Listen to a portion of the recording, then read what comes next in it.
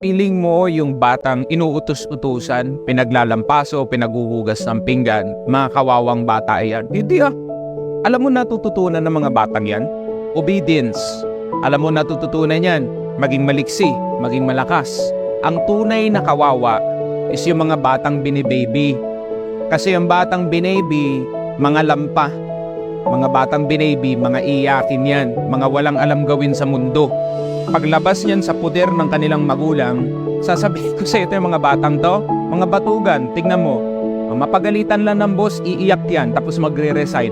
Gusto mo ba ganun ang anak mo? Kung gusto mong umasenso yung anak mo, bigyan mo ng gawaing bahay.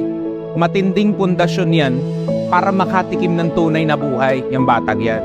Mamili ka, malakas na bata or mahina.